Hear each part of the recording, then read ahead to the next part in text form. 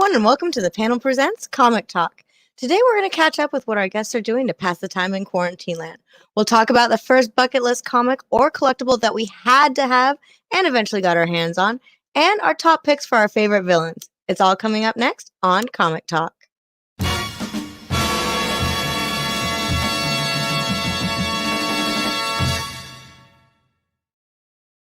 Hello, everyone, and welcome to Comic Talk, where we get together with a panel of guests to talk about our favorite print medium.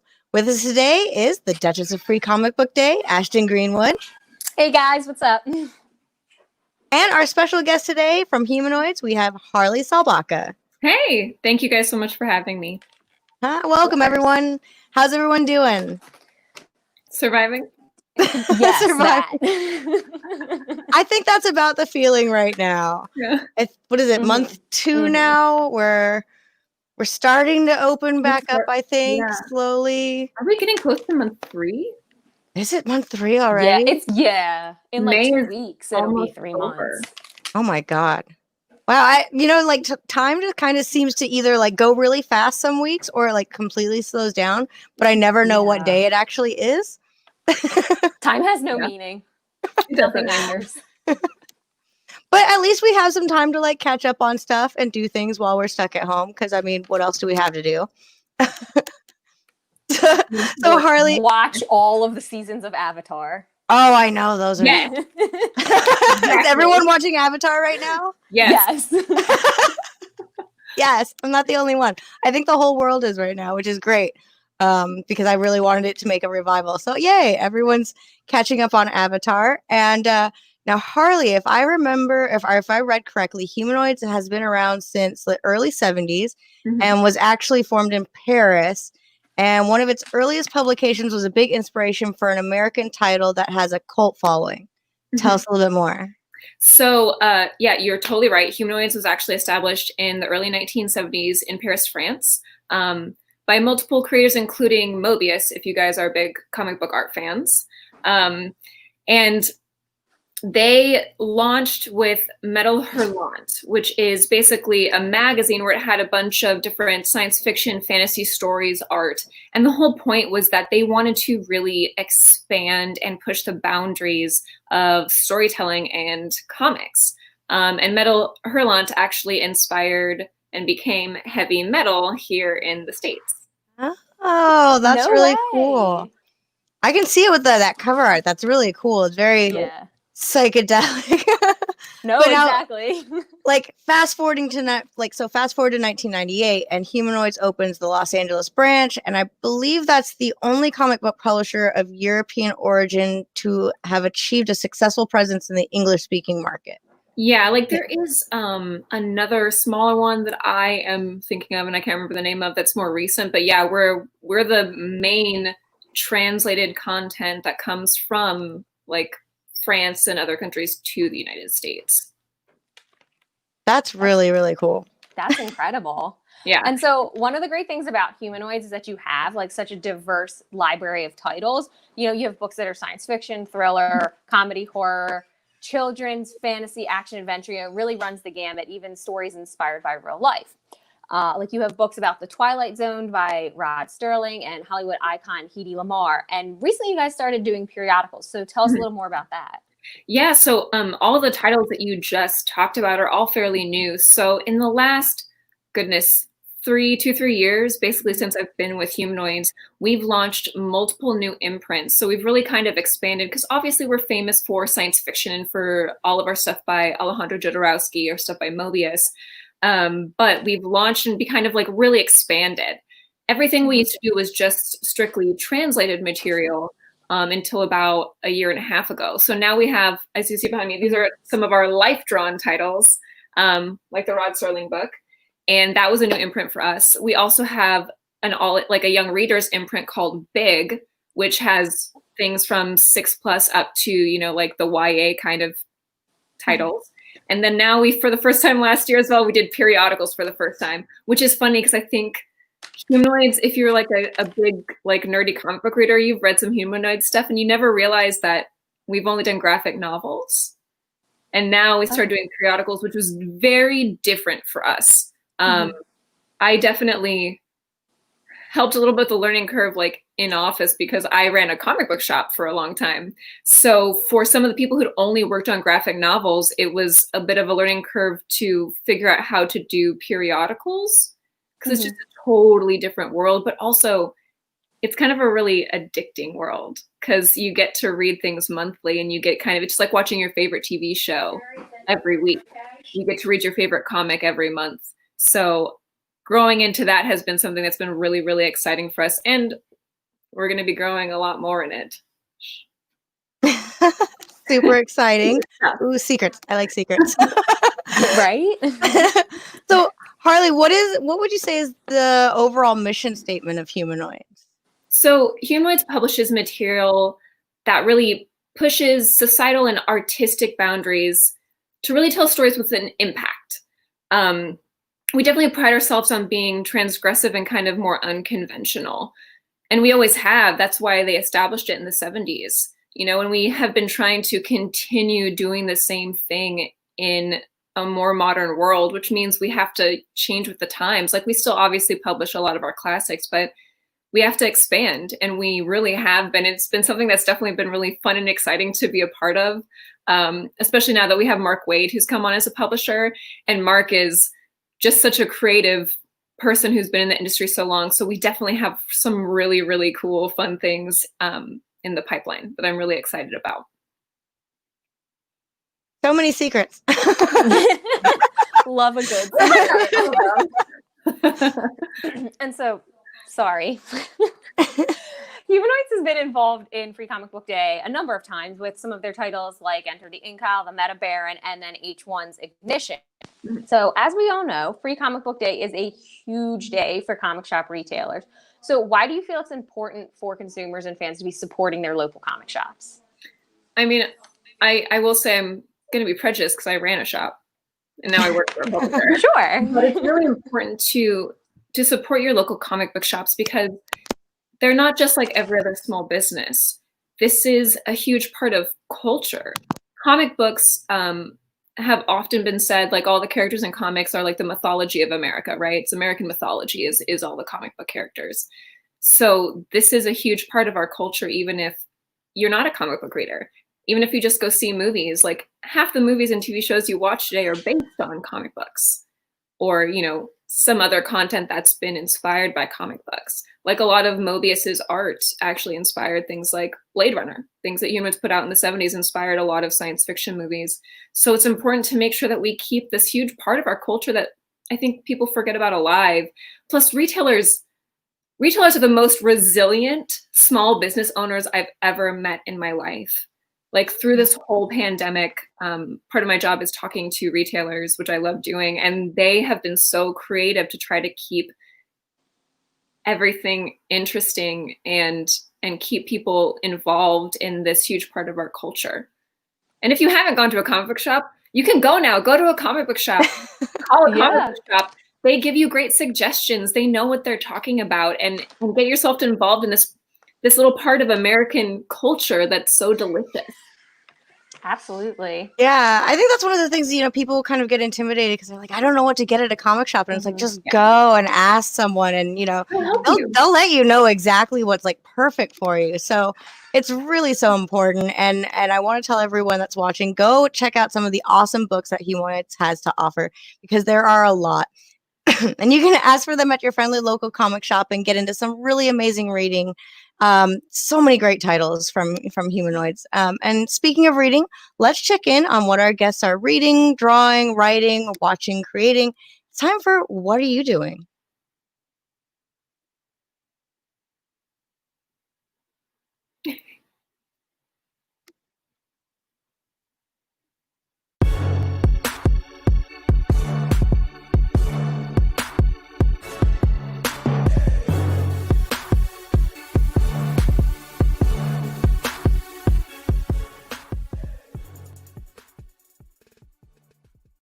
Sorry, I couldn't miss out on the theme song. That was too good. I love that. I love that little melody there. So we want to ask each of our guests, what are you doing? We want to know, what are you doing to pass the time over the last few weeks? And to those watching, let us know in the comments, what are you doing by using hashtag, what are you doing? So let's start with you, Ashton. What are you up to? I can't hear you. Oh Oh, wait. I can now. Okay. no. Okay. Went wrong with my headphones. Okay. What am I doing? Okay. I am watching Avatar. I said last week, I was like, I'll be done that in a week. Not true, but I am watching Avatar. I feel like I'm gonna come back to this later in one of our later segments. I am convinced that Katara and Aang was the right thing. I've been on Tumblr watching people yell again about Katara and Zuko, and that was not a thing. So I've been watching Avatar. What else have I been doing?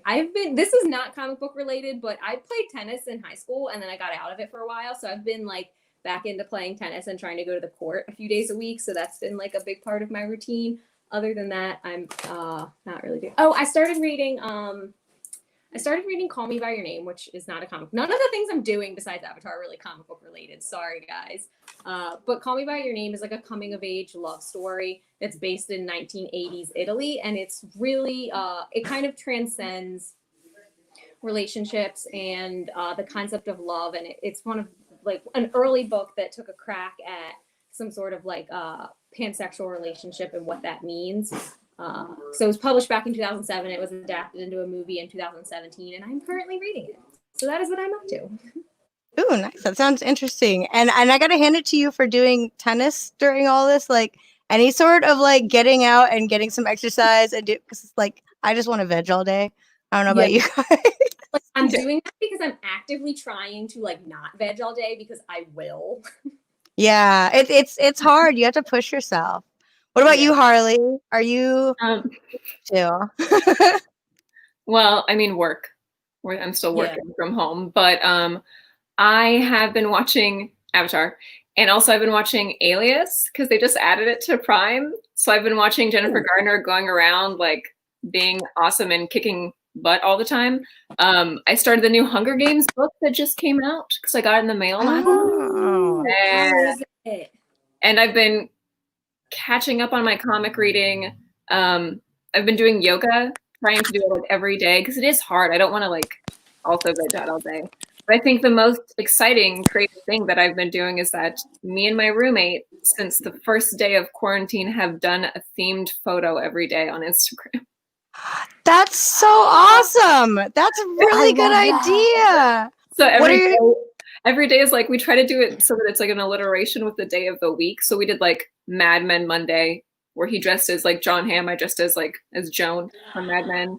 But we also did like other weird stuff. Yesterday we did a Winnie the Pooh themed one, and I was Tigger. There's a video of me tackling my roommate. Oh my god, this is so cute. Okay, I gotta find your your social media. I gotta see this. I was just thinking the same thing. I'm about to find your Instagram. No, that's so good. My Instagram, if anyone wants it, is at Miss MS Harley R. You can see me and my roommate trying to. We're just like we started going crazy immediately because he and I are very like active people, and so immediately we were like, oh, we have time and we have all these. We have giant closets, both of us. Also, everything that you see us in wearing is just stuff that we had. We didn't order anything. Like this is. Oh wow! So, and then we did it every day, and after only like a week or two, people were like, I love this so much. I wait for this every day. And we were like, oh, I guess we should keep doing it. So it's kind of a great way to like make other people happy. And we get to do like something creative every day. So. Oh, that's really awesome. What's your favorite one you've done so far? Oh, goodness. We did Feud. So we did Betty Davis and Joan Crawford. Ooh. That's awesome. Yeah. That's amazing. Oh, that's so cool. Okay, I'm gonna have to like want to do it now, and I'm like, okay, no, we have a show to do. Well, before I get too enthralled into your social media, let us see what some of the audience members are doing. We have Alan Weber saying rereading the Wheel of Time series by Robert Jordan. It's a really good, very long. Yeah. Very long. You'll be there for a while. Hardcore Comics Warzone says, I've been reading Garth Ennis's The Boys and Jeff Jones' Blackest Night. Classic. The Boys I've read so good. Yeah. It's really good. And then Mike Nichols, hello, I just recently got back into looking through my comics since I had a lot of free time lately. Ooh. Josh, reading new comics. Yeah, Josh just went to Cards, Comics, and Collectibles in Reisterstown and posted a really good picture of him like at the new comics wall in there. I was so jealous. Oh, nice. I know I gotta go to my shop today. Oh, there you go. New comics came out this week. I'm so excited they're back. Right. And we've got Troy with I just digitally purchased Alias to rewatch it again. Oh, nice. Respect. Jay Brooks, I've been catching up on all the comics that were stacking up while I was working and going to school. Finally caught up on all the new X-Men stuff just in time for more new X-Men stuff. You can never have enough X-Men. It's true. And especially if you're Troy. Oh, yeah. And then Justin Lee Smith finished watching Picard, The Good Place, Watchmen shows, catching up on loving Nightwing, Suicide Squad, and Justice League, and also working on custom figures. Ooh, nice. Very busy. Picard. I love Picard. Picard's amazing. Is it? I haven't seen it yet. Neither have I'm I. a huge STNG gal. I grew up on it. Like I have a full Deanna Troy outfit. So Yes. Ooh. As a cosplayer, I Learning love a that. lot about This is amazing. Okay, gotta go to your social media after this. But before that, let's move on to our next segment first. You always remember your first.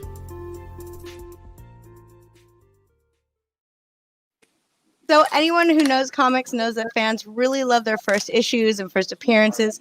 So first, we want to talk about some of the momentous comic book firsts that happened in our lives. So for this episode, we want to ask, what was the first bucket list comic or collectible that you had to have and eventually got your hands on? And for those of you watching, let us know in the comments what your first was by using #first. Harley, let's start with you. What was yours? okay, so I got it not that long ago, but so the shop that I worked at specialized in vintage. So I stared at this on the wall for years before I finally got a copy. Batman Adventures 12, first appearance of Harley Quinn in the comics. I also, of course, have Mad Love Duh. Of course, I have that. And the first Boba Fett. Those were like a bunch of I actually have like all of the first that I desperately wanted, except for my first Nightwing. That's the only one I don't have yet. And then I always wanted like a John Cassaday sketch. And he did a little Batgirl sketch for me not that long ago because he works with Humanoids. Oh, that's really cool. So I have almost all my firsts. Are there still some you're looking for? Yeah, I still want Nightwing, the first appearance of Nightwing, but I also, because I have Nightwing #1, but I don't have a first appearance. Mm-hmm. And I mean, I would die of joy to have a Batman #1, but like I don't have that kind my god. Right. I'm like a Bat Universe person, so I'm like, where's all my first appearances of everybody? I don't have a first Batgirl either, but I do have a first Poison Ivy. Ooh. Yeah. Ooh, that's solid. Yeah. What about you, Ashton? What are your collectibles that you've gone for? Sounds like we can't hear Mia, but oh no, guessing she threw it over to me. So I don't really have like a particular like one item that I'm like that's like a bucket list item that I wanted and then got. So I'm kind of going to tackle this a little differently. I collect Barbies. So like every year growing up, I always wanted like the specific like holiday like collector Barbie from that year. Because she always had like the prettiest dress and like the prettiest makeup, and like her dress always reflected like whatever kind of style was popular that year. So that was like always a thing I looked forward to in terms of collectibles. But I guess in terms of like something that I want that I'm after, I want the Aku Aku Pop, like the Tiki mask from Crash Bandicoot, and I want an Appa Funko Pop. And I'm determined to find these in a store. Like I don't want to like order them online or anything. Like I'm determined to find them in like a comic book store and purchase them from a local shop. So I'm still on the hunt for that particular reason. But yeah, I think that about covers it. Is there an Appa Funko Pop? There is. Because I'm not like super into Funko Pop, but an Appa one would be so cute. He's adorable. He's got a giant head. I just want a giant, like, huge plush one. That you can use as a body pillow? Yeah. Oh, that would be awesome. That's what I want. Yeah. Oh, look, there it is. Oh my gosh, he's actually really cute. Oh, the head tilt. It makes it. Right? That's adorable. Oh, I love it. I mean, so my bucket list that I had, and I had to get it back again, was 1993 X-Men cover. My favorite couple, Rogue and Gambit.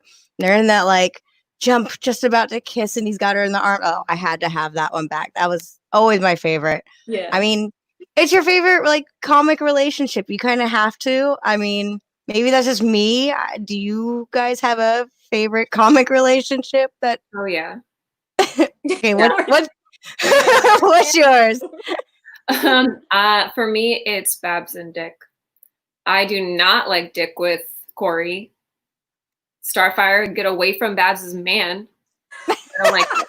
I don't like it. No. Also, if you haven't read Nightwing Annual #2, that is Babs and Dick's whole love story. It's amazing. It's one of the best like single issue stories. That's like a really beautiful love story that I've ever read ever, and I own multiple copies. Every time I find a copy, I buy it so that I can loan it out to people. I love that story so much. I love it. I love how defensive you got of their relationship too. That was amazing. You got to read that annual, and then you'll get defensive about it too. I understand that. Yep. All right. I'm gonna have to look that up too. I'm gonna have to get so much information from you at the end of this. What about you, Ashton? What's your favorite comic relationship? Do you have one? I really love Rick and Michonne so much. Like it's like comic book and also in the show, especially in the show, there was like a whole like Rick and Lori thing versus like Lori and Shane, like whatever. Shane can have her. They're both hot messes. Rick and Michonne is like an I will go down with this ship type thing for me. I love that. That's awesome. I was honestly ready for you to pick someone from Archie, so I was like, "Ooh, Walking Dead." Yeah, right. Like I thought about this a lot. I feel like I spend too much time thinking about like ships and fandoms. So like I was really deep in this question last night thinking about it, and I was trying to think of something that's like relatively like a first ship that I was invested in to kind of keep in the first theme or whatever. So Rick and Michonne all the way. Awesome. It's a thing. Like when you get these like relationships, they become like your relationship, and you're like, back off my characters. You're literally invested. You're like, this needs to work. You're like that hidden third wheel that no one sees. Yeah. All right, I just made myself sound really creepy. So so let's go to the comments. What do we have from the audience as far as theirs? Angela Wildman says, the first time I collected comics was the Steven Universe comics. I have the first issue signed by Rebecca Sugar. Nice. And then Kristen Collins, that Batgirl Adventures was my very first comic purchase ever. Yeah. Wow. Justin Lee Smith, I have the first appearances of Gambit, Rogue, Dazzler, Longshot, John Stewart, Multiple Man, and Nightwing. These are my favorite characters. Now just looking for Birds of Prey 8. Nice. That's a good collection. Nicholas Rini, Cerberus and Jaka. Joe Stockslatter, yes, Barbara Gordon, and Dick Grayson. Yes, another Barbara and Dick. Yes. That was a thing. Like maybe like 2 months ago or so. Troy had posted something on Previews World about Barbara and Dick, and then I shared it on Free Comic Book Day, which like was a mistake because then everyone was just screaming on Twitter about how it had to be that and it couldn't be anything else, and they were like literally exactly like you, Harley. Yeah. Yeah, because if you're a fan of them, like, and you read Nightwing Annual #2, the way that like they talk about, because they pull from all the comic history to write that issue. And you're like, oh right, Corey just was throwing herself at Dick even when he was taken. I'm like, that's not classy. It's not classy. I love that. Not classy at all. Let's see. We have one more. Robin Stewart. Can I just say how awesome it is to watch 3 women talk about comics and why they love them? Yes. Thank you. We need more of this. Yes, we really do. All right. Now let's move on to our last segment, Top Picks.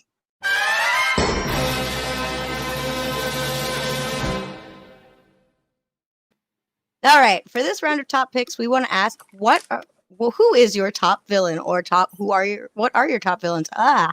And you can let us know in the comments by using hashtag top picks. Let's start with Ashton. who is your top pick for best villain or top villain? So, okay, another one that I feel like I've been thinking about a lot.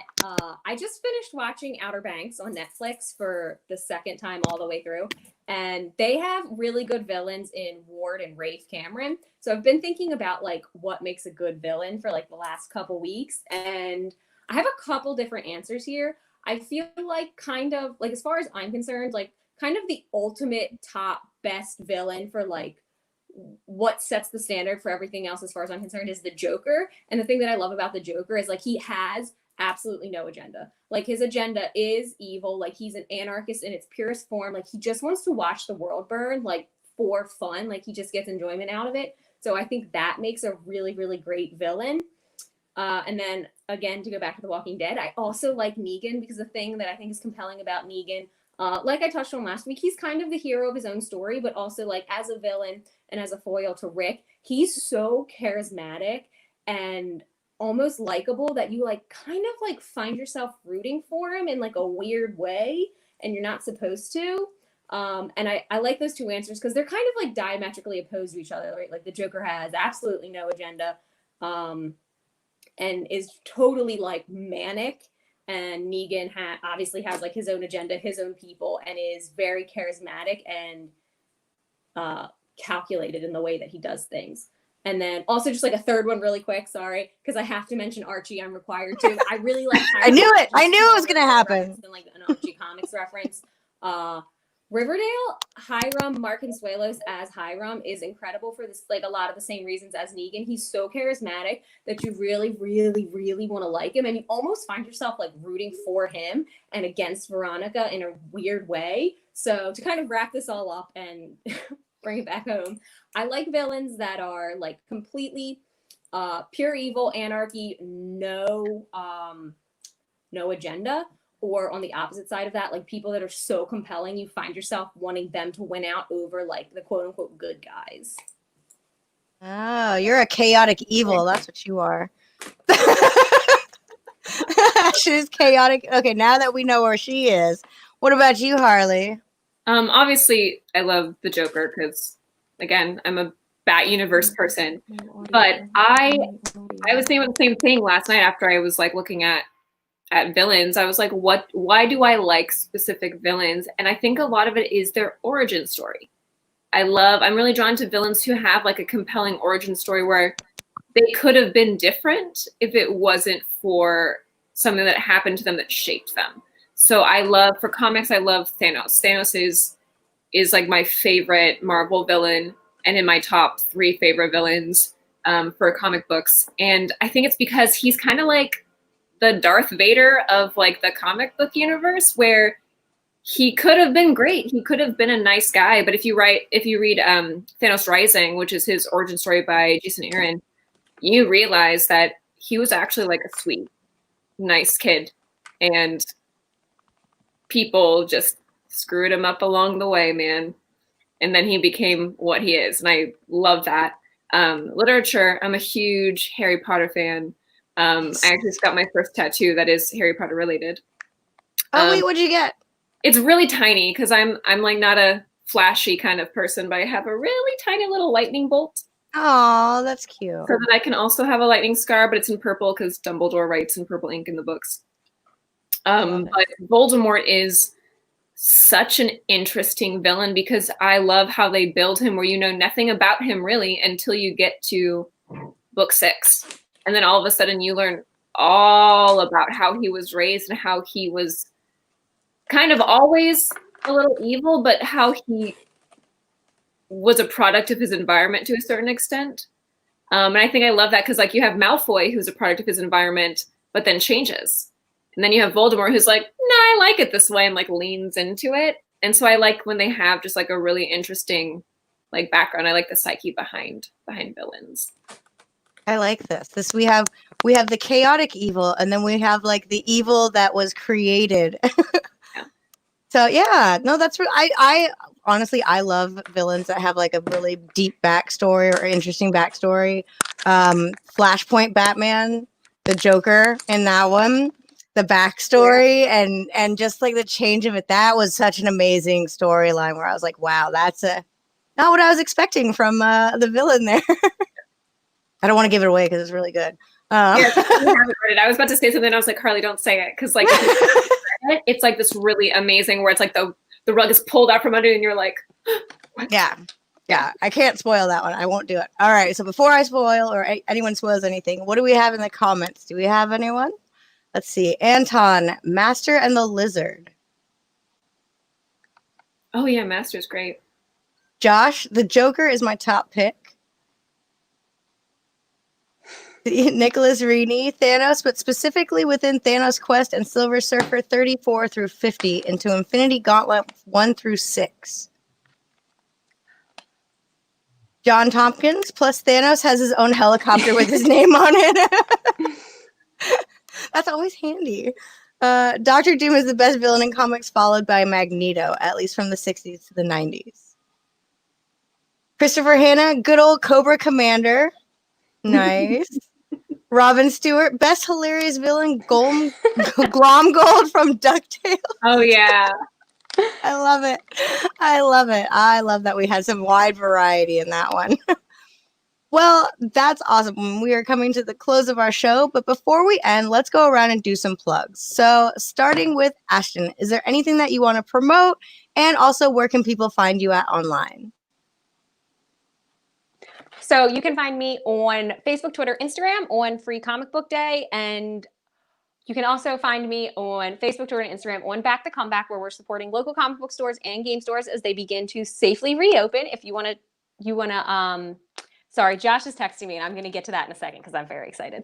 If you want to take part in the Back the Comeback challenge, post a video, photo, whatever, shout out your local comic book store, tag 5 friends to do the same, and together we can kind of rally around our local shops as they begin reopening and give them some extra love. Also, Josh has an Aku Aku Funko Pop, and it's mine now. So that's my first bucket list item that I received, this Aku Aku Funko Pop. It's lit. This whole time it's been Ashton, check your text. Ashton, check your That's awesome. Yay, congratulations. We were all there for Ashton getting that. That's awesome. What about you, Harley? What do you like to promote, and where can people find your amazing and awesome Instagram? Okay, well, you already saw my personal Instagram, which was at Miss Harley R. But also, please check out the Humanoids Instagram, which is at Humanoids Inc. That's where we have right now. It's been Mobius May, so you get to see amazing artwork by Mobius. That's where we promote all of our titles. I also wanted to promote some of my favorite humanoid stuff that I have on hand.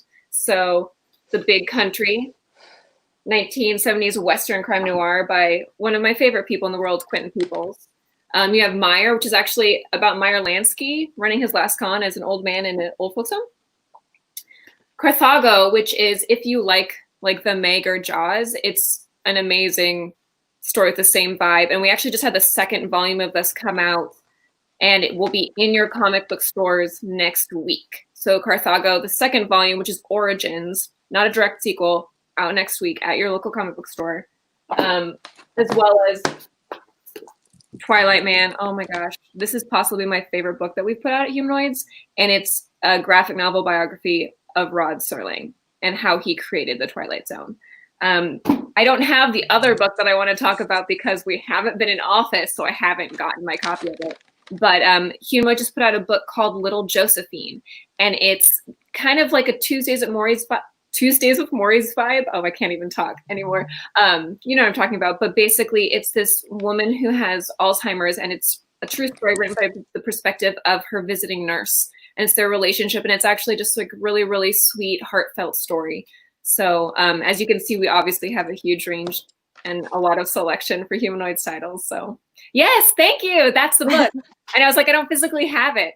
But Little Josephine, please, if you like that kind of heartfelt story that's about like a really unconventional friendship, that's the book for you. And that was in comic book shops Wednesday. Oh, that's perfect. I saw that shark one, and I'm instantly like, all right, I need that one now.